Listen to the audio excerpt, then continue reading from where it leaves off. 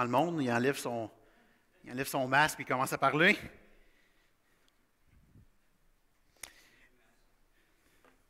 Effectivement. Alors, je suis vraiment content d'être ici. Je ne m'attendais pas ce matin à avoir des gens devant moi.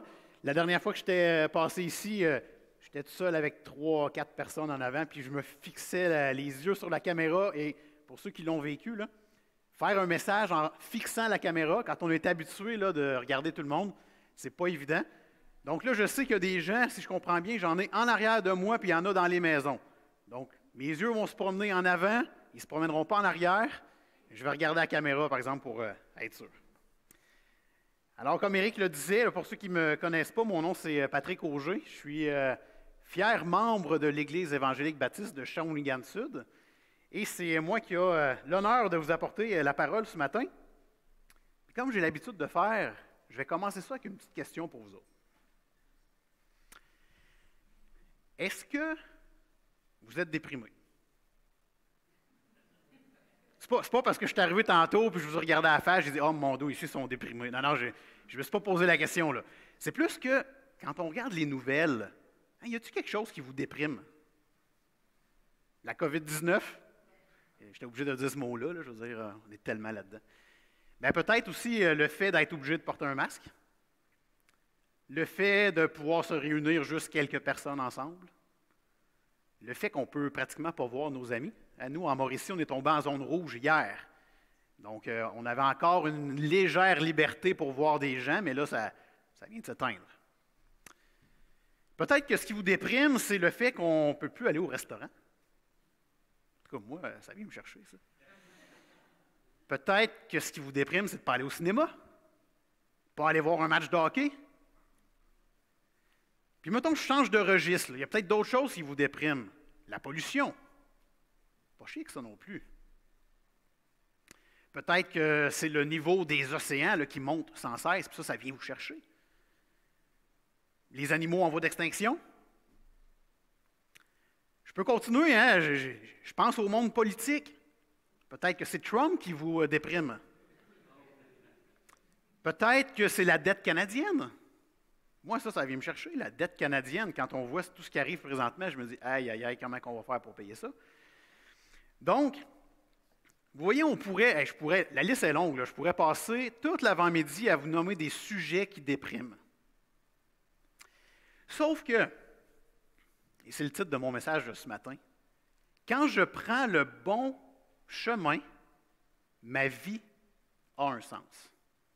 Et peut-être ce matin, tu te dis, OK, mais c'est quoi le bon chemin? Il y a plusieurs possibilités. Hein? Notre vie est comme un labyrinthe, comme on voit à l'écran, où est-ce qu'on avance, on vire à droite, on vire à gauche, on pogne un cul-de-sac, des fois on ne sait pas où aller. La vie est un peu comme ça. Mais si tu prends le bon chemin ce matin, la vie a un sens. Et si tu te poses la question, c'est quoi le bon chemin? Je ne passerai pas par 4 chemins pour vous dire que c'est Jésus. Le bon chemin, c'est Jésus. Et d'un, parce qu'il le dit lui-même dans la Bible, hein, il dit « Je suis le chemin, la vérité et la vie ». Mais et de deux, si vous êtes comme moi, vous avez essayé d'autres chemins dans la vie. Vous avez essayé des détours. Peut-être un chemin qui avait l'air, oh, l'asphalte avait l'air bien plus belle par là, mais en bout de ligne, cul-de-sac, on ne sait plus où aller. Prenez le chemin de Jésus ce matin. On va regarder ça ensemble, mais soyez assurés d'une chose, et vous pouvez dire la même chose que moi ce matin, j'en suis convaincu. Vous n'avez essayé des chemins dans la vie, mais le seul qui peut satisfaire, le seul qui a le pouvoir de satisfaire ton âme, c'est Jésus. Et pour toi ce matin qui dit, bon, le prédicateur en avant, il revient là-dessus, ça fait 20 ans que je viens à l'Église, ou même 30 ans, ou peut-être 40 ans. Bien, tant mieux si tu tiens la main de Jésus, c'est une bonne chose. Mais j'aimerais te dire que la vie chrétienne, c'est pas comme attendre à un arrêt d'autobus que l'autobus passe. C'est pas tout d'avoir saisi la main de Jésus puis de lui faire confiance dans notre vie, mais c'est de marcher avec lui. Et c'est ce qu'on va voir ce matin. Je vous invite à tourner dans la lettre que Paul a écrite aux Romains. Et nous serons au chapitre 12. Donc, Romains chapitre 12. Et on va voir ensemble les versets 1 à 8. Romains chapitre 12, les versets 1 à 8. Alors, on va voir ce matin différentes choses. On va parler, entre autres, marcher dans le bon chemin, c'est bien beau, mais comment je fais ça? On va le voir. On va voir différentes choses. Et vers la fin, on va voir aussi différents dons. 7 dons que Paul parle. Évidemment, il y en a plus que ça. Mais dans le texte d'aujourd'hui, il y en a 7. Et c'est vraiment, j'ai passé la semaine dans ce message-là. J'ai tripé au bout. J'espère être capable de vous le rendre comme moi, je tripais dans ma maison en train de préparer tout ça. Alors, on lit les versets 1 à 8. Donc, c'est Paul qui parle aux Romains. « Je vous exhorte donc, frères, par les compassions de Dieu, à offrir vos corps comme un sacrifice vivant, saint, agréable à Dieu, ce qui sera de votre part un culte raisonnable. Ne vous conformez pas au siècle présent, mais soyez transformés par le renouvellement de l'intelligence, afin que vous discerniez quelle est la volonté de Dieu, ce qui est bon, agréable et parfait. Par la grâce qui m'a été donnée, je dis à chacun de vous de n'avoir pas de lui-même une trop haute opinion, mais de revêtir des sentiments modestes, selon la mesure de foi que Dieu a départie à chacun. Car, comme nous avons plusieurs membres dans un seul corps, et que tous les membres n'ont pas la même fonction, ainsi, nous qui sommes plusieurs, nous formons un seul corps en Christ. Et nous sommes tous membres les uns des autres. Puisque nous avons des dons différents, selon la grâce qui nous a été accordée, que celui qui a le don de prophétie l'exerce en proportion de la foi. Que celui qui est appelé au ministère s'attache à son ministère. Que celui qui enseigne s'attache à son enseignement. Et celui qui exhorte à l'exhortation. Que celui qui donne le fasse avec libéralité. Que celui qui préside le fasse avec zèle. Que celui qui pratique la miséricorde le fasse avec joie. On va prier pour commencer. Père éternel, merci pour ce moment qu'on peut avoir avec toi ce matin. On se sent en sécurité ici, Seigneur, parce qu'on est en train d'apprendre sur toi. On sait que tu es là. Tu es présent par ton esprit. Puis, ma petite introduction sur les déprimes, Seigneur, c'est juste pour qu'on se rende compte que, oui, c'est là, mais ça n'a pas besoin de prendre toute la place dans notre cœur. Ce qui a besoin de prendre toute la place dans notre cœur, c'est toi. Et aide-nous ce matin, pas juste ce matin, mais pour les jours à venir, pour le reste de notre vie, à te laisser le contrôle de notre vie, à te faire confiance, et à te suivre là où tu nous veux bien, Seigneur. Au nom de Jésus. Amen. Alors, vous allez voir, là, la majorité d'entre vous est assez habituée. J'avance verset par verset. Okay, on n'est pas obligé de faire ça comme ça, mais je me suis rendu compte, personnellement, quand j'étudie le texte durant la semaine, ça va tellement bien après ça de décortiquer. Puis après ça, durant la semaine, je relis le même texte, puis je fais « Ah, wow, là, j'ai saisi des choses. » Donc, je vous l'apporte de cette façon-là ce matin. Alors, je vais m'assurer que ça fonctionne, cette machine. Ça fonctionne, c'est merveilleux. Alors, verset 1. « Je vous exhorte donc, frères, par les compassions. » Quand un texte commence par « Je vous exhorte donc », tu sais les petits mots, là, « donc »,« ensuite »,« mais », tu sais, comment c'est pas en lisant ça de même? On ne sait même pas ce qui arrive avant. Donc, c'est important peut-être d'aller un petit peu en arrière. Qu'est-ce qu'il veut dire Paul ici dans le contexte?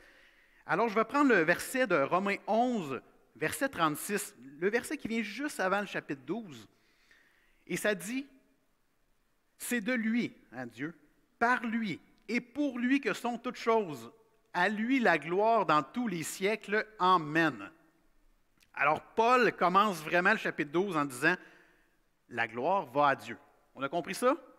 Maintenant, je vous exhorte donc, par les compassions de Dieu. Les compassions. Hey, savez-vous ce que ça veut dire, ça? Compassion. C'est beau, tu sais, je compatis avec toi. Mais quand on va en profondeur dans l'origine du mot, il ne faut pas oublier qu'au début, la Bible était écrite, l'Ancien Testament était écrit en grec, donc ça a été traduit. Mais quand on va dans l'origine du mot, en gros, compassion, ça veut dire un sentiment, OK, par lequel un individu est porté à aider quelqu'un. Est porté à percevoir ou à ressentir la souffrance de quelqu'un. Et non seulement il le perçoit, mais il veut l'aider.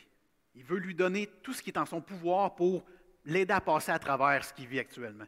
Donc, quand vous voyez par les compassions de Dieu, Dieu, il nous comprend. Si vous souffrez actuellement, Dieu nous comprend. Si vous vivez une joie actuellement, Dieu vous comprend. C'est ça qui est merveilleux. Donc, Paul dit, par les compassions de Dieu, je vous exhorte, mes frères, mes sœurs, à offrir vos corps comme un sacrifice vivant. Quand je suis arrivé à l'Église il y a plusieurs années, ça c'est un verset qu'il fallait apprendre par cœur là, dans un camp et tout ça. Puis, moi, offrir mon corps comme un sacrifice vivant, la seule image que j'avais, c'était de me mettre du gaz sur moi et de me brûler. Puis là, je ne peux pas croire que c'est ça que Dieu veut, ça ne fonctionne pas. Évidemment, j'étais jeune et insouciant à ce moment-là. J'ai pris un petit peu de maturité et je suis allé chercher un petit peu plus en profondeur. Qu'est-ce que ça veut dire? Mais s'offrir comme un sacrifice vivant, retenez bien ça, chers amis, c'est le seul acte d'adoration qui vaut la peine pour Dieu. À l'époque, quand Paul a écrit aux Romains, il était dans une transition. Hein. Jésus venait d'arriver, mais juste avant Jésus, qu'est-ce qu'il faisait pour adorer Dieu? Il mettait des animaux sur l'autel et il le faisait brûler. C'est pour ça que j'avais l'image de me faire brûler moi aussi, je ne comprenais pas. Mais à l'époque, c'était la façon de faire. Si tu péchais, tu prenais la plus belle de tes brebis, celle sans tache, tu la mettais sur l'autel, tu la faisais brûler, et c'était un signe que tu donnais à Dieu le meilleur de toi-même afin d'être pardonné. Quand Jésus est arrivé,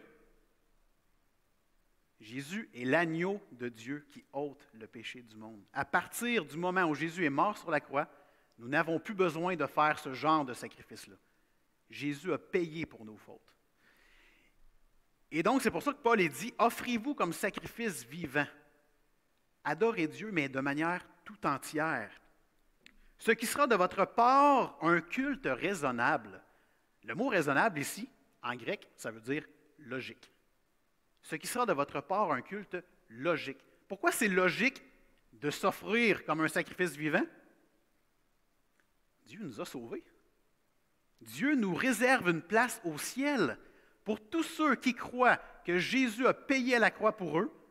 OK, j'ai fait des niaiseries, je vais en faire encore, je demande pardon et je fais confiance que Dieu a payé pour ça, par Jésus. Mais Dieu, il me dit, j'ai une petite place pour toi, Patrick, qui t'attend au ciel. C'est-tu pas merveilleux? C'est-tu pas logique de m'offrir entièrement à lui dans ce contexte-là? Bien, certainement que c'est logique. Donc, prendre le bon chemin, c'est offrir son corps comme un sacrifice vivant en se donnant entièrement au Seigneur.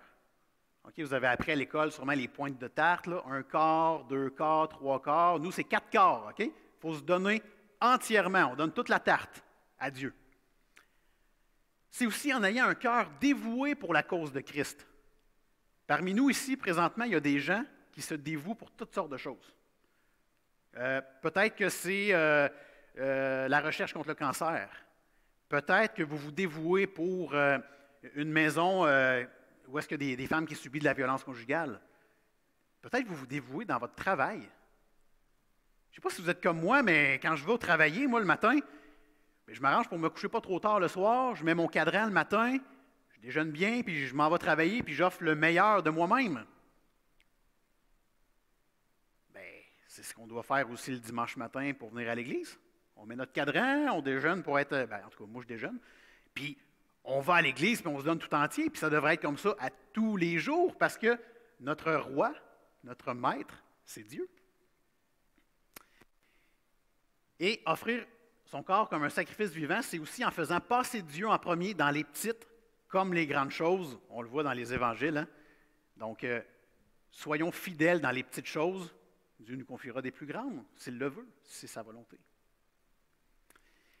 Verset 2. Ne vous conformez pas au siècle présent. Ça, c'est intéressant aussi. Ne vous conformez pas. Savez-vous ce que ça veut dire, conformer? Se conformer, c'est donner une expression extérieure de soi, mais pas vraiment le penser dans notre tête. Je vous donne un exemple concret. Okay? Ma femme, des fois, elle fait toujours de la très bonne bouffe, mais des fois, elle va un petit peu plus du côté santé. Tu sais, la nourriture santé, là, OK? Imaginez ce que vous voulez. Et des fois, les enfants, on a 3 filles, ils mangent, puis tu sais, ça paraît là, que c'est pas incroyable comme bouffe ce soir-là. Et là, on a fini de manger un soir, puis ma femme a dit « Pilez, avez-vous aimé ça? » Et là, j'ai 3 filles, moi, fait on est 4. Sur les 4, il y en a 3 qui ont dit « Oui, c'était bon. » Mais dans le fond, nous, on ne le pensait pas pantoute. Pourquoi qu'on a fait ça? On ne voulait pas y faire de la peine. Okay? Donc, on s'est conformé d'un sens. Et mon autre fille, elle a fait « J'ai aimé ton repas, mais c'était un petit peu pas bon. » Fait elle ne s'est pas conformée. Elle a voulu, par amour, essayer d'expliquer à maman que c'était vraiment mauvais ce soir, mais je ne veux pas te faire de la peine, tu t'es quand même forcé pour faire de la nourriture. Donc, se conformer au siècle présent, il ne faut pas oublier qu'à ce moment-là, le siècle présent, c'est le premier siècle. Hein? Jésus vient de mourir, ça a été écrit quelques années après. À cette époque-là, se conformer au siècle présent, c'est différent de nous aujourd'hui. Mais à la base, c'est quand même, il y a un parallèle à faire. Eux, à ce moment-là, Paul écrit à des Juifs. Paul écrit à des Romains. Et on le sait que pour faire partie du peuple de Dieu à ce moment-là, par exemple, les jeunes garçons doivent se faire circoncire. C'est un signe visuel qui dit « Ah, lui, il fait partie du peuple de Dieu. » Paul est en train de leur dire « Ne vous conformez pas au siècle présent. Arrêtez de faire ça. Jésus a tout payé. Ce n'est pas Jésus plus la circoncision ou bien Jésus plus les belles grandes prières ou Jésus plus être bien habillé. C'est Jésus tout seul. Okay? Il y a un livre, hein? Jésus plus rien égale tout. C'est carrément ça. On a juste besoin de Jésus. Donc, il est en train de dire aux Romains qui sont en train de devenir chrétiens, arrêtez de faire des choses pour faire plaisir aux autres ou pour imiter les autres, mais faites ce que Dieu veut. Puis ce que Dieu veut, c'est que vous mettez votre foi en Jésus, tout simplement. Aujourd'hui, se conformer au siècle présent, ce serait quoi? Malheureusement, on peut encore se conformer au siècle présent. On le voit beaucoup plus. Ça commence souvent à l'école secondaire. On va se le dire, là. On est influencé par nos amis. On ne veut pas perdre nos amis. Et nous, en tant que chrétiens, ou provenant d'une famille chrétienne, on ne veut pas faire de la peine à nos amis, fait qu'on fait comme eux. Puis là, on se met à, je ne sais pas moi, à sortir avec un paquet de filles, ou bien à commencer la drogue ou l'alcool, ou on se laisse influencer pour faire du vandalisme, ou peu importe. Mais justement, il ne faut pas faire ça. C'est pas ça. L'idée, c'est pas d'embarquer avec le monde. Jésus le dit, puis je l'ai mis ici, hein.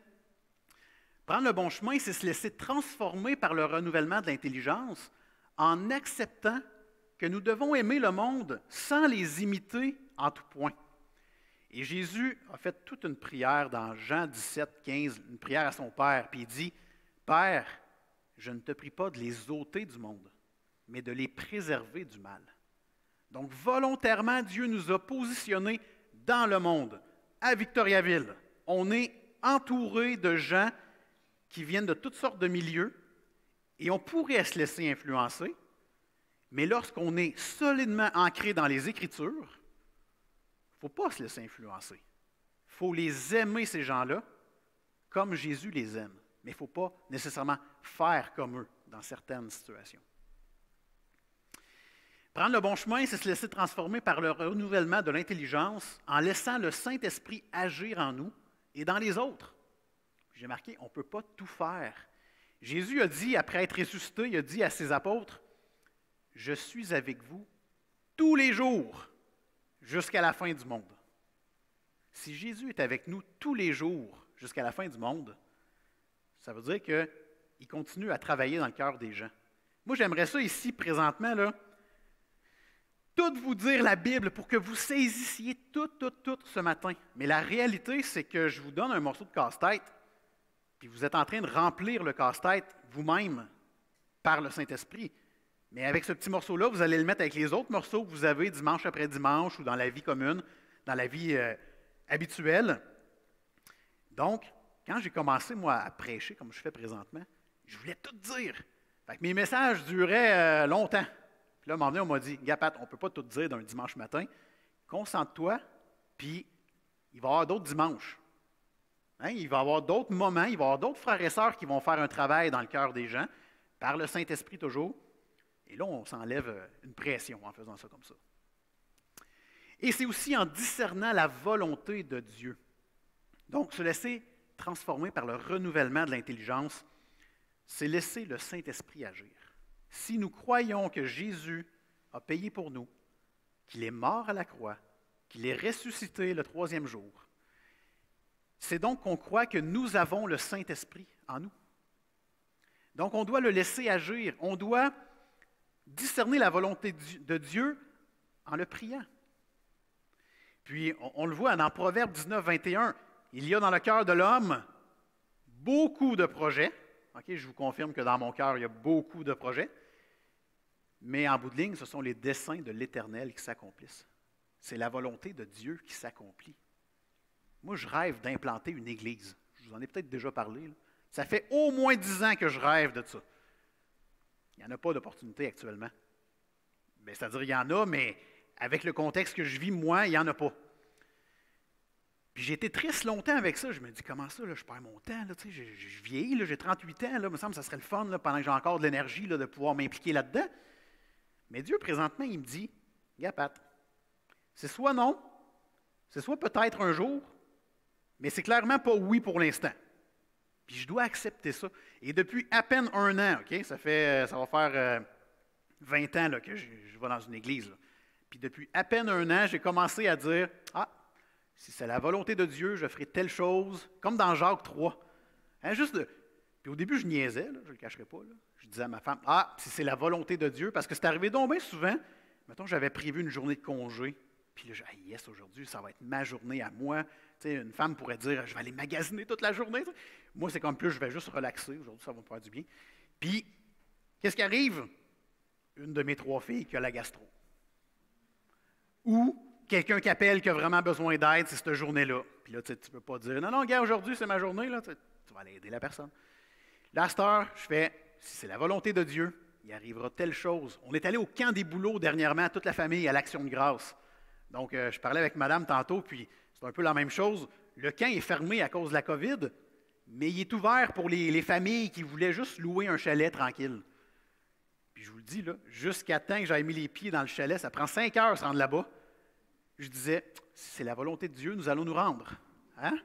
Il aurait pu arriver une crevaison, il aurait pu arriver quelqu'un qui a de la fièvre, oublie ça, là, quelqu'un qui a de la fièvre aujourd'hui. Là.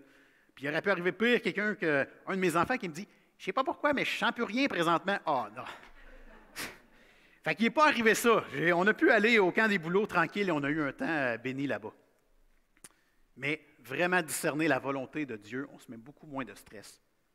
Puis si les choses ne fonctionnent pas comme on veut, bien, ils fonctionnent comme Dieu veut. Puis ça aussi, c'est intéressant de savoir ça.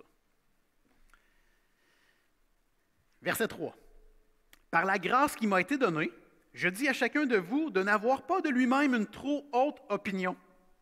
Ça, c'est très intéressant parce que dans la Bible n'encourage jamais de développer une supériorité, un complexe de supériorité. Et pour certains chrétiens, on peut penser des fois, « Hey, Dieu m'a sauvé. Hein, j'étais perdu dans mes péchés, je m'enlignais pour me noyer complètement. Jésus est venu me chercher, il est mort à ma place, il m'a sauvé. » On pourrait penser que c'est un petit peu parce que j'ai fait quelque chose de bien. Je dois le mériter. Mais non, c'est vraiment pas ça. Je ne suis même pas capable de savoir pourquoi Dieu m'a sauvé. C'est sa grâce. Il m'a sauvé parce que je n'ai pas la réponse. Dieu l'a, mais moi je ne l'ai pas. Je n'ai rien fait de particulier. Donc je ne peux pas me dire que je suis supérieur à un autre. OK? Au contraire, ce que Paul nous demande ici, c'est de revêtir des sentiments modestes. Puis je ne vous le cacherai pas, c'est un combat dans ma vie, ça. De ne pas tomber dans l'orgueil, mais d'y aller plus au niveau humilité, d'être plus humble. C'est un combat dans ma vie. Et en vieillissant, des fois, j'ai l'impression que ça ne s'améliore pas, mais je travaille là-dessus. Ma femme aussi m'aide à travailler là-dessus, ça c'est agréable. Donc, prendre le bon chemin, c'est revêtir des sentiments modestes en étant rempli d'humilité. Et à au moins 2 occasions dans la Bible, on voit un verset qui dit « Dieu résiste aux orgueilleux, mais il fait grâce aux humbles. » Si je crois que la parole de Dieu est la vérité ce matin, je vais respecter ça. Puis, je suis content d'être tombé sur un texte qui en parle parce que moi, le premier, je suis touché par ça actuellement. Je dois travailler énormément fort là-dessus. Et revertir des sentiments modestes, c'est aussi en faisant passer les autres avant soi. Paul écrit une lettre aux Philippiens. Puis il est le fun, lui, parce qu'il est facile à retenir. Philippiens 2, 3, 4, ça se retient bien. Mais c'est à cet endroit-là que Paul dit « Faites passer les autres avant vous. » C'est vraiment une bonne façon de ne pas souffrir de supériorité, de montrer qu'on veut aimer et aider les gens. Faites passer les autres avant vous. Dans Actes ou Romains, j'ai oublié, là, ça me vient là, mais Paul dit que le Seigneur Jésus a dit « Il y a plus de plaisir à donner qu'à recevoir. » Je ne sais pas si vous l'avez déjà expérimenté, mais c'est vrai. C'est sûr que c'est le fun de recevoir un cadeau, là, on ne se le cachera pas. Mais aider les autres, encourager les autres, leur offrir un cadeau de toutes sortes de manières, ça peut être financier, mais ça peut être offrir notre temps. Hey, quand on voit la personne qui dit « Merci, j'avais vraiment besoin. » Tabarouette, c'est vrai qu'il y a plus de plaisir à donner qu'à recevoir dans le contexte, là. OK, versets 4 et 5. « Car, comme nous avons plusieurs membres dans un seul corps, et que tous les membres n'ont pas la même fonction, ainsi, nous qui sommes plusieurs, nous formons un seul corps en Christ, et nous sommes tous membres les uns des autres. » Ce passage-là qui est central ce matin, c'est l'Église. On a tous des dons différents, et la pire chose qu'on pourrait faire, c'est d'être jaloux ou d'envier un frère ou une sœur ici présent. On a réellement tous des dons différents, mais on est tous membres les uns des autres. Et vous avez sûrement eu un message sur 1 Corinthiens 12, entre autres, qui parle que si toi, tu es le gros orteil, ben, tu es chanceux parce que moi, je suis le petit orteil, puis quand je me pète le petit orteil, ben, ça fait mal. Sauf que quand ça fait mal, c'est parce que mon cerveau il a allumé que ça faisait mal. On est tous membres. Si le petit orteil s'est fait mal, là, ben, c'est tout le corps qui a mal. C'est la même chose dans l'Église. Quand il y en a un qui souffre, c'est toute l'Église qui souffre. Quand il y en a un qui est joyeux, c'est toute l'Église qui est heureuse aussi. Donc, c'est ce que Paul nous dit ici. Nous avons plusieurs membres dans un seul corps et on n'a pas tous la même fonction. Mais en bout de ligne, on est tous tissés serrés ensemble. Et ça, c'est vraiment l'Église locale. Vous savez, on pourrait prendre ce texte-là comme étant l'Église universelle. Okay? On a tous, exemple, il y a des dons à Shawinigan, il y a des dons à Victo, il y a des dons à Drummond. On pourrait penser comme ça, et c'est vrai aussi. Mais l'Église locale, c'est le reflet de l'Église universelle. Et c'est pour ça qu'ici, à Victoriaville, actuellement, il y a assez de dons. Dieu a donné assez de dons pour tout le monde. Vous en avez tous au moins un, OK? Fait qu'il n'y a personne ici qui doit dire « Moi, je ne pense pas que j'aille de dons. D'après moi, Dieu m'a oublié. » Non, non, non, non. On a tous un don. Puis un des dons principaux que souvent les gens oublient, c'est la prière. Peut-être qu'au niveau de la mobilité physique, au niveau, psychologique, c'est plus difficile, vous avez moins d'énergie, peu importe. Prier ne demande pas tant d'énergie et c'est vraiment le travail, c'est un travail puissant qui se fait en profondeur. Il y a des gens comme moi qui ont un micro devant la face, mais s'il n'y a personne qui prie pour que le message se rende dans le cœur des gens, il va manquer quelque chose. Donc, on a tous des dons et on va en voir quelques-uns ici. Donc, prendre le bon chemin, c'est former un seul corps en Christ. Et imaginez l'Église locale de Victoriaville, ici présente. Vous êtes un seul corps en Christ. Vous êtes ensemble. Et comment on peut former un seul corps en Christ? Bien, c'est en étant content de la place que Dieu nous donne dans le corps de Christ. Vous savez, un jour, on peut être pasteur, l'autre jour, on ne l'est plus. Un jour, on peut être responsable de l'école du dimanche, l'autre jour, c'est quelqu'un d'autre. Dieu ne nous a jamais dit que le don qu'il va nous donner le jour 1 va être le même dans le jour 10 000. Ça peut changer, on peut avoir un accident, on peut devenir plus fatigué, on peut vieillir, il arrive toutes sortes de choses dans la vie qui fait que ça va bouger, tout ça. Puis c'est normal. Puis il faut se le rappeler. Des fois, là, il faut laisser notre place à un plus jeune. Ça peut arriver, ça aussi. Et c'est sain dans une église de voir la nouvelle génération pousser puis prendre sa place, puis les plus vieux être là comme des mentors, comme des coachs. Ça, c'est très sain dans une église de voir ces choses-là. Donc, acceptons la place que Dieu nous donne dans le corps de Christ et acceptons surtout que ça peut changer dans les jours suivants. Et c'est en acceptant qu'on peut être du côté des aidants comme des aidés. Ça aussi, hein, on pense toujours que parce qu'on est chrétien, on va être du côté des aidants. Moi, il faut que j'aide le monde. Mais non. Peut-être aussi qu'on fait partie du corps de Christ pour être aidé. Puis peut-être que ça va être les deux. Juste personnellement, là, présentement, je suis du côté des aidants. Il y a 3 nouvelles personnes qui viennent d'arriver à l'Église. C'est ça que je disais à Eric tantôt. Je trouve ça, pas à Eric, mais au gars en arrière, je disais, je trouve ça spécial comment Dieu fait les choses. Rentrer dans une église, dans un contexte de COVID, tout le monde a des masques, on ne peut pratiquement pas se parler. Pour les enfants, il n'y a pas grand-chose. On est 25, là, puis il y a un autre groupe là-bas, vous savez qu'ils sont à côté, puis on ne peut pas se voir. Mais tabarouette, Dieu permet de faire rentrer du nouveau monde dans l'Église quand même. C'est pas merveilleux, ça? C'est la preuve qui contrôle. Et là, à l'Église de Shawinigan-Sud, on a 3 nouvelles personnes qui viennent d'arriver. Et ma femme et moi, on aime les prendre en charge, puis prendre un petit temps avec eux, et on utilise une application qui s'appelle « Je suis deuxième ». Est-ce que vous connaissez ça? « Je suis deuxième ». Moi, là, j'ai toujours dit, mieux vaut prendre la Bible pour étudier avec la personne, et c'est vrai. L'avantage de « je suis deuxième », c'est la Bible. Mais c'est juste qu'il nous aide à avoir vraiment une discussion avec les gens. Ce n'est pas juste un enseignement. Tu sais, moi, je suis l'enseignant, puis je vais vous montrer comment. C'est vraiment une discussion. Et ça amène les gens à connaître Jésus, mais en profondeur. Donc, présentement, on aide à ce niveau-là, puis c'est beau de voir les gens faire des pas supplémentaires pour connaître Jésus un peu plus. Mais on a déjà été du côté des aidés, et on va l'être aussi encore, c'est sûr. Par exemple, quand ma femme a eu les 3 enfants, pas tout en même temps, là, on n'a pas des triplés, mais à chaque fois, on a une tradition à l'Église où est-ce que les gens viennent porter un peu de nourriture. Puis on n'a jamais dit « Ah non, merci, on va commander, on va livrer. » Non, non, non, on a besoin d'aide. On est fatigué. On a besoin que quelqu'un vienne nous voir, puis là, on a des gens de l'Église qui viennent nous apporter de la nourriture. Hey, merci Seigneur. Donc, il faut accepter aussi qu'on peut être du côté des aidés, parfois. Verset 6, on rentre dans les dons et ça commence très fort. Puisque nous avons des dons différents et complémentaires d'ailleurs, selon la grâce qui nous a été accordée, que celui qui a le don de prophétie l'exerce selon l'analogie de la foi. Le don de prophétie. Y a-t-il des prophètes ici?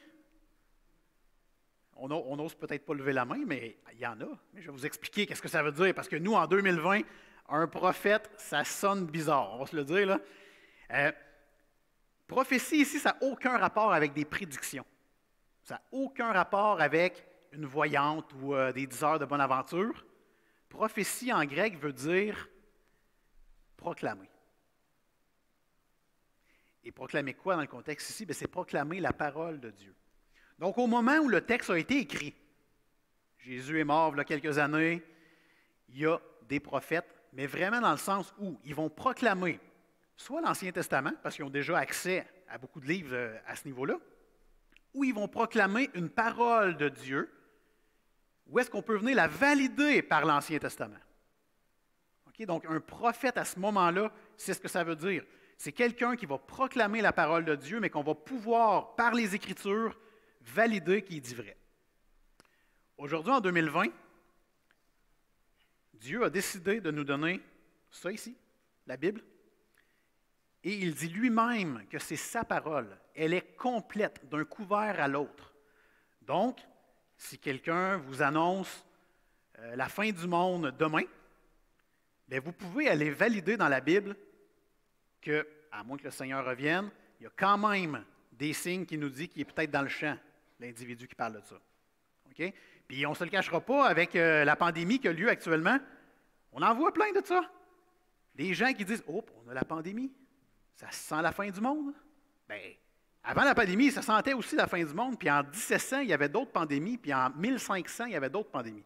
Okay? Il ne faut pas tomber trop là, dans essayer de se faire des idées là-dessus. Jésus a dit, « Je reviens bientôt. » That's it. Allez pas plus loin. Il va y avoir des signes, peut-être que ça fait partie des signes, mais il ne faut pas tomber là-dedans. Mais où est-ce que je veux en venir? C'est que quelqu'un, un prophète aujourd'hui, c'est quelqu'un qui proclame la parole de Dieu, que ce soit l'Ancien Testament ou le Nouveau Testament. C'est quelqu'un qui l'a au bout de ses doigts. Ce n'est pas nécessairement un prédicateur en avant. Oui, présentement, on pourrait dire que je proclame la parole de Dieu. Mais il peut y avoir des gens dans l'Église qui ont vraiment cette capacité de retenir les passages bibliques puis de pouvoir les dire au bon moment. Ce serait considéré comme des prophètes. Donc, je comprends qu'à Victoriaville en 2020, avoir des prophètes dans l'Église, ça peut faire peur, mais comprenez qu'il y a certainement dans l'Église actuellement des gens qui proclament la parole de Dieu, qui sont capables de la proclamer avec les bons versets au bon moment. Donc, le don de prophétie, c'est quelqu'un qui proclame les Écritures et qui répond à la Bible par la Bible. Donc, des fois, on lit un passage, mais on va essayer de se faire une perception de la chose, sauf que ça répond dans d'autres passages. Comme je l'ai fait tantôt, on l'a vu, revêtir des sentiments modestes, bien, on voit que Dieu parle qui fait grâce aux humbles. Donc, tout ça se tient ensemble. Que celui qui s'attache à son... Attendez un petit peu. Que celui qui est appelé au ministère s'attache à son ministère. Être appelé au ministère. Donc, dans les églises québécoises, on va souvent dire « Ah, moi, je m'occupe du ministère de la louange » ou « Je m'occupe du ministère des enfants ». On va utiliser ce terme-là. Bien, ministère veut dire service. Donc, servir dans l'Église. Et là, ça peut être très large. Le terme grec, c'est diaconia. Ça vous fait penser à quoi comme mot? Diacre. Dans Acte 6, on voit qu'on nomme des diacres. Pourquoi? Pour qu'ils puissent s'occuper de servir aux tables, pour qu'ils puissent s'occuper des veuves, dans le but de libérer les anciens qu'on nomme les pasteurs. On les libère pour qu'eux se concentrent sur la prière et la parole de Dieu. Donc, dans les églises, il y a énormément de gens qui peuvent avoir le don du ministère, ou du moins être appelés à un ministère comme ça ici. Et c'est important de voir les occasions et de les saisir. Attendez pas toujours que le pasteur de l'Église vienne vous voir pour vous dire « J'aurais besoin de toi dans tel spot. » Ça peut arriver, hein, des fois on a besoin de le faire, mais d'autres fois, peut-être juste prendre un temps de prière. Hey, on a plein de temps ces temps-ci, on ne peut même plus aller voir de match de hockey puis d'aller au restaurant. Fait que si on prend un petit peu de ce temps-là pour prier puis demander au Seigneur « Qu'est-ce que tu veux que je fasse pour toi? Hey, on n'est pas en arrêt, là. Ça fonctionne encore, là, l'Église de Dieu. Donc, Seigneur, montre-moi les occasions, puis aide-moi à trouver une façon de libérer mes pasteurs. Ça, c'est vraiment, là, pour avoir été longtemps pasteur à Shawinigan, je sais que quand on a des gens qui viennent nous voir et qui disent « J'aimerais ça faire telle chose. Hey, let's go, j'avais tellement besoin. On va te montrer comment, puis on va te mettre en charge. Ou si tu n'es pas à l'aise d'être en charge, on va t'intégrer dans un groupe. » Bref, allez voir vos pasteurs puis aidez-les.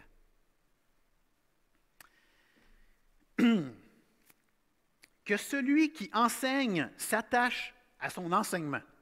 Donc ici, enseignement, il faut faire attention, hein, parce que prophétie, enseignement, ça peut ressembler, mais il y a des petites différences. Être prophète, c'est de proclamer la parole de Dieu. Mais enseigner, c'est vraiment d'instruire, mais d'une manière régulière. Donc, c'est de prendre le temps dans la semaine. Ce que je suis en train de faire présentement, c'est de l'enseignement. Okay? C'est d'être capable de prendre la parole de Dieu et qu'elle puisse être puissante pour le cœur des auditeurs. Puis il y en a qui l'ont plus que d'autres, puis des fois, il y a un verset que là, vous faites « Ah, ça c'était vraiment bon », puis d'autres que vous faites « Oh boy, il passe un autre verset ». On vit toute la même chose. Mais l'enseignant, comme présentement le prédicateur, il y a vraiment un don d'enseignement, ou du moins, il faut qu'il s'attache à son enseignement. Et les dons peuvent être, hein, sur une échelle de 1 à 10, là, il y en a qui l'ont un petit peu, il y en a qui l'ont beaucoup. Ce n'est pas tout au même niveau, puis c'est ça qui est beau. Ça fait différent. Mais enseigner, ce n'est pas juste le prédicateur en avant. Ça peut être un enseignant à l'école du dimanche, pour les enfants. Mais ça peut être aussi un responsable de SEMBEC, exemple, hein, du séminaire qu'on a, il y a des cours là. Ça peut être un professeur là. Ça peut même être quelqu'un qui a à cœur le grand mandat. Hein, le grand mandat, Jésus qui dit à ses apôtres, allez et faites de toutes les nations des disciples, les baptisant au nom du Père, du Fils et du Saint-Esprit, et enseignez-leur à observer tout ce que je vous ai prescrit. Donc, il y a le principe d'enseigner ici, d'amener des nouveaux croyants vers Jésus. Simplement les prendre par la main, les amener au pied de la croix, puis que Dieu va faire son œuvre à travers ça. Ce sont aussi des enseignants. Donc, des gens qui sont plus dans l'ombre, mais qui font un travail exceptionnel. On a besoin de ces gens-là aussi. Alors, enseigner, c'est expliquer la parole de Dieu et l'appliquer au cœur des auditeurs.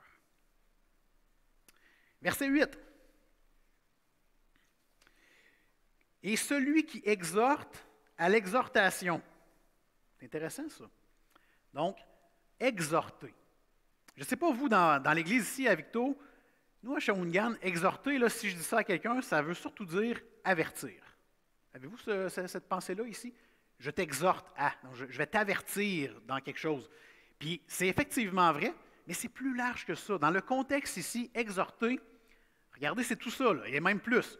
Ça peut être de conseiller un jeune leader. Hein, je vous disais, les plus vieux ici, les vieux routiers, hommes et femmes, vous pouvez aider les plus jeunes à prendre leur place dans l'Église. Vous pouvez encourager à persévérer. On peut avertir effectivement quelqu'un à se détourner de la mauvaise voie. Ça peut être d'affermir un croyant qui traverse une épreuve difficile. Ça peut être de consoler un frère ou une sœur qui vit des ennuis. Et ça peut être d'accompagner un ami qui vit un deuil, un découragement. Donc, vous voyez, exhorter, c'est très large. Et encore là, vous qui êtes assis devant moi, ou en arrière de moi, ou chez vous, bien, peut-être que vous avez ce don-là d'exhorter. Mais pas juste avertir, c'est bien d'avertir, surtout quand on est basé sur la parole de Dieu, mais c'est plus large que ça. Il y a le principe de conseiller, de consoler, d'affermir. Donc, gênez-vous pas. Que celui qui donne le fasse avec libéralité. Alors, il y a le principe de donner. Mais encore une fois, je ne sais pas si vous êtes comme moi, quand j'entends donner, je pense tout de suite à l'argent. Mais ce n'est pas ça que ça veut dire. Ça ne veut pas juste dire ça ici. Encore une fois, dans le contexte, donner ici, c'est donner de sa propre personne, d'une manière sacrificielle. Alors, donner de sa propre personne de manière sacrificielle, bien, c'est par exemple donner de votre temps sans compter. Okay? Ça peut être, et qu'il y a des gens qui ont besoin d'aide. Autant des gens dans l'Église que des gens dehors de l'Église. Il y a énormément de gens qui ont besoin d'aide.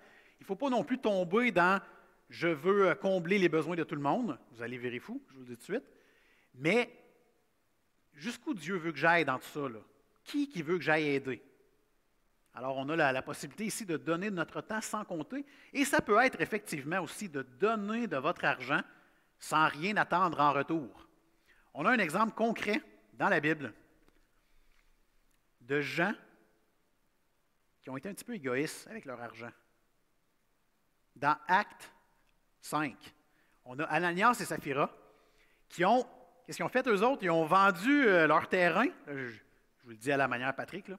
Ils ont vendu leur terrain, puis ils ont gardé une partie pour eux autres dans leur poche, puis ils ont donné l'autre partie à l'Église, puis ils ont dit, voilà, c'est pour vous. Puis là, les gens font, waouh, ils sont donc bien généreux.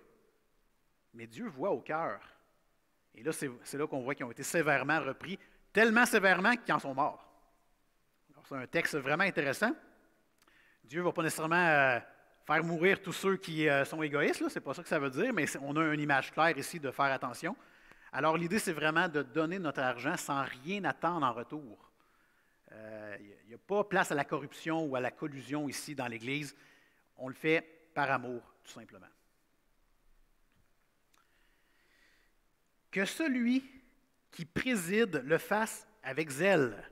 Donc, présider, ça, je pense que ça peut aider un petit peu. Là. Le mot est assez évident, mais c'est le fait de se tenir debout devant les gens. Puis, se tenir debout devant les gens, ce n'est pas comme je suis debout devant vous. Ça peut faire ça. Mais c'est plus large que ça. Ça peut être, c'est tout ce qui est leader, ancien, pasteur, diacre, diaconesse, responsable d'un groupe pour les rénovations dans l'Église, responsable de la pouponnière. Donc vraiment un leader dont on demande de présider et le faire avec zèle. Donc, le mot zèle ici, ça veut dire vraiment une ardeur à servir. C'est pas s'asseoir sur ses lauriers et attendre que la vie passe. C'est de prendre au sérieux la responsabilité de votre ministère à l'Église. Ce n'est pas parce qu'on n'est pas payé qu'il faut se la couler douce dans notre ministère. Au contraire, on aime tellement Jésus qu'on va se donner à 100% dans notre ministère. C'est ça que ça veut dire. Et se donner à 100% ne veut pas dire tomber en dépression. Vous voyez, il y a un juste milieu, là. Se donner à 100%, c'est peut-être qu'on a peut-être besoin de gens pour nous aider à quelque part. Donc, peut-être c'est d'aller chercher des gens, de bien s'entourer. Le maire de Québec avait lâché une phrase, je ne sais pas si ça vient de lui, mais j'ai toujours aimé cette phrase-là. Les gens disaient, c'est quoi ton succès? Hein? Comment tu fais pour avoir du succès comme maire? Il dit, c'est super facile. Il dit, je suis tellement pas bon que je m'entoure des meilleurs. Fait que de cette façon-là, ça donne l'impression, parce qu'on voit juste ma face, ça donne l'impression que ça se passe bien, mais il y en a plein, là, comme des petits canards, hein, qui ont l'air à bien aller, mais en dessous de l'eau, ça pédale en soufflet. Fait qu'il s'est entouré des meilleurs. On peut faire la même chose à l'Église. Bien s'entourer avec les dons de chacun. Et présider, c'est aussi de voir l'Église comme la cause que nous servons avec dévouement, avec attention, constance et persévérance.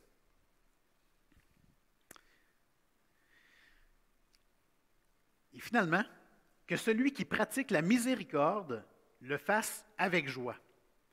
Je ne sais pas si vous êtes comme moi, quand je lis « pratique la miséricorde », je pense tout de suite à Dieu. Hein, la miséricorde de Dieu, il nous a pardonné, mais d'une manière tellement miraculeuse. On appelle ça la miséricorde. Mais dans le contexte ici, évidemment, ça a ce sens-là un peu, mais là, on parle vraiment des humains. Donc, pratiquer la miséricorde, c'est être sensible au malheur des autres. Pratiquer la miséricorde, c'est être sensible au malheur des autres et leur fournir les outils pour les affermir, les consoler. Donc, il y a un peu d'exhortation là-dedans aussi. Et il y en a ici présents qui l'ont vraiment, ça. Puis là, je vous ai mis des exemples un peu clichés, là, je le sais, là. Tu sais, quand on parle de visiter les malades puis de prendre soin des sans-abri, là, ça revient souvent ça, dans l'Église, qu'est-ce qu'on peut faire pour les gens. Mais que voulez-vous, ça reste des bons exemples quand même. Moi, personnellement, là, visiter les malades à l'hôpital, c'est pas ancré en moi. Je ne veux pas mal faire, c'est juste que dans 24 heures dans une journée, si j'ai l'opportunité d'aller parler de Jésus à un nouveau croyant, je vais être plus tenté d'aller vers ça. Mais d'autres personnes, eux autres, vont être plus tentés d'aller visiter les malades, d'aller visiter même les frères, les sœurs dans l'Église qui sont plus malades. Puis cette semaine, j'ai comme compris quelque chose avec ce passage-là. La personne qui est malade, là, normalement, elle ne s'attend pas que les 130, 150 personnes de l'Église viennent la visiter. Hein. Hey, t'imagines-tu, un à la file de l'autre, toi, puis là, se laver les mains en plus avec la COVID, là, puis le masque, puis tout le kit, hey, c'est essoufflant, là. Ben non, elle s'attend que l'Église vienne la visiter. Mais avec le texte qu'on voit ce matin, l'Église, c'est nous. Donc, quand un membre va visiter un malade de l'Église, bien, c'est l'équivalent que comme si toute l'Église allait visiter cette personne-là. Vous comprenez? Donc, évidemment, je suis sûr que quand on est malade, on aime avoir de la visite. C'est pas ça le problème. Puis je pense même qu'il faut aller voir les gens pour ça. Mais mon point, c'est plutôt le fardeau ne doit pas être sur les 150 personnes de l'Église. On se partage cette histoire-là. Hey, gang, il y a quelqu'un de malade dans l'Église. OK, c'est beau, j'y vais aujourd'hui. Parfait, je vais y aller demain. Tu sais, il y a moyen de se partager ça. Puis il y en a qui vont l'avoir à cœur plus que les autres. Puis ça fait partie de la vie. J'ai été longtemps à me battre, moi, parce que j'aime rencontrer les nouvelles personnes dans l'Église. Puis j'ai été longtemps à dire, comment ça, je suis presque tout seul dans l'Église qui veut faire ça. Crème, on est 130, 135 à l'Église, là, il devrait bien avoir d'autres mondes qui veulent. Puis là, j'ai compris. Il y en a d'autres. C'est juste qu'ils sont plus... je ne vois pas nécessairement ce qu'ils font, mais il y en a qui le font. Mais ça n'a pas besoin d'être tout le monde qui le fasse aussi fort que moi. OK? Dieu va nous mettre, il va nous donner des dons, il va nous donner une force avec ces dons-là, puis chacun va l'exercer du mieux de ses capacités. Donc, je me suis enlevé cette pression-là. Moi, je sais que ma force est dans ce coin-là, puis il y en a d'autres que leur force, c'est d'aller visiter les malades, d'aller prendre soin des sans-abri. Peut-être les mamans seules à la maison, il y en a qui ont vraiment à cœur d'aller jaser avec eux parce qu'ils sont un peu tout seuls toute la journée, puis ils sont avec leurs enfants. Fait qu'ils, les enfants plus jeunes, des fois, là, quand tu es à longueur de journée dans le gang, bien, je peux comprendre qu'à un moment donné, tu as le goût de voir la visite. Puis il y en a qui l'ont à cœur, ça. Fait que c'est ça qui est beau dans l'Église. Donc, écoutez, l'heure passe, je vois ça aussi.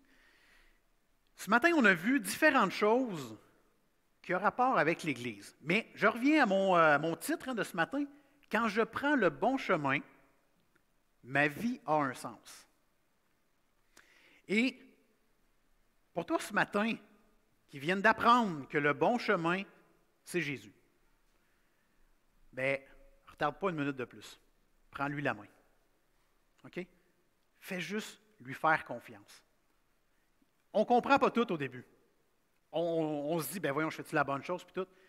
Moi, je te le dis, tu fais la bonne chose, je te donne ce matin un morceau de casse-tête, puis à un moment donné, il va y avoir d'autres gens qui vont t'aider à avoir d'autres morceaux, et là, à un moment donné, on va voir l'image que ça va donner. Et ça prend des fois des mois, ça prend des fois des années, mais en bout de ligne, on le sait tous, que le seul chemin qui mène à Dieu, c'est Jésus. Puis quand je dis qu'il mène à Dieu, là, c'est la destination finale la plus heureuse que vous ne pouvez pas avoir. C'est fini, là, les déprimes, un coup qu'on est à Dieu. Moi, là, je le dis souvent, là, si en m'en retournant à Shawinigan-Sud tantôt, je fais un accident puis je meurs, c'est pas que je le souhaite humainement parlant, là, ça serait plate pour vous autres aussi d'entendre ça, mais dans les faits, là, tabarouette, je sais que je vais être à la meilleure place qu'il faut, là. Avec Dieu, plus de déprime. Fini la COVID, fini les divorces, fini le stress. Hein? C'est tellement un mot qu'on entend ces temps-ci, le stress, l'anxiété. C'est fini tout ça. Donc, je vous encourage dès maintenant à dire, je remets ma vie dans les mains de Jésus. Je sais que j'ai fait des niaiseries, mais je sais qu'il me pardonne. Puis le reste, le Saint-Esprit va vous travailler. Et pour toi ce matin qui dit, moi, ça fait très longtemps que j'ai compris ça, ce bout-là, mais le passage de ce matin est pour toi aussi. Il y a des choses à faire pour que l'Église locale de Victo soit vue comme une lumière à Victo. Et les choses à faire, ce n'est pas une pression qu'on se met, c'est que Dieu nous donne à chacun d'entre nous au moins un don. Et si tout le monde l'exerce, l'Église va être vue vraiment comme une lumière ici. Et les gens vont faire, non mais qu'est-ce qui se passe ici? Moi aussi, je veux faire partie de ce groupe-là. Regarde-moi l'amour qu'il y a ici. On est comme dans une bulle sécuritaire parce qu'on a Dieu qui est là, on a Jésus qui est avec nous à tous les jours. Les gens veulent faire partie de ça. Donc, celui qui a le don de la prière, bien, qu'il l'utilise. Puis celui qui dit, moi, je n'ai pas le don de la prière, je voudrais t'amener dans un autre passage qui dit de prier sans cesse. Donc, on doit prier quand même. Mais pour vrai, là, on ne se laisse pas avoir par les choses qui nous dépriment. On fait confiance au Seigneur et on prie, on lui demande d'attirer des nouvelles personnes à lui. Amen. Donc, je vais prier pour terminer ça. Seigneur Dieu, ce passage ce matin, et qu'on apprend des affaires, puis je suis encore en avant devant ces gens-là, puis j'apprends encore. Toute la semaine, tu m'as mis là-dedans, puis j'ai appris à tous les soirs, à tous les jours. Je te remercie, Seigneur, d'être là. Je te remercie de faire en sorte qu'on relit et relit toujours les mêmes versets, puis tu nous montres encore des nouvelles choses. Et Seigneur, ce matin, on a vu à quel point c'est important d'exercer le don que tu nous donnes. Au nom de Jésus, je te demande, Seigneur, de révéler les dons aux gens. Je te demande également qu'on puisse les exercer, même si on est un peu prisonnier de la vie actuellement, avec nos masques, puis le fait qu'on ne peut pas aller rencontrer les gens comme on voudrait. Toi, Seigneur, tu as ça entre les mains, puis tu ne l'as pas échappé. Tu contrôles parfaitement la situation, et c'est ce qui fait qu'être ton enfant, c'est rassurant.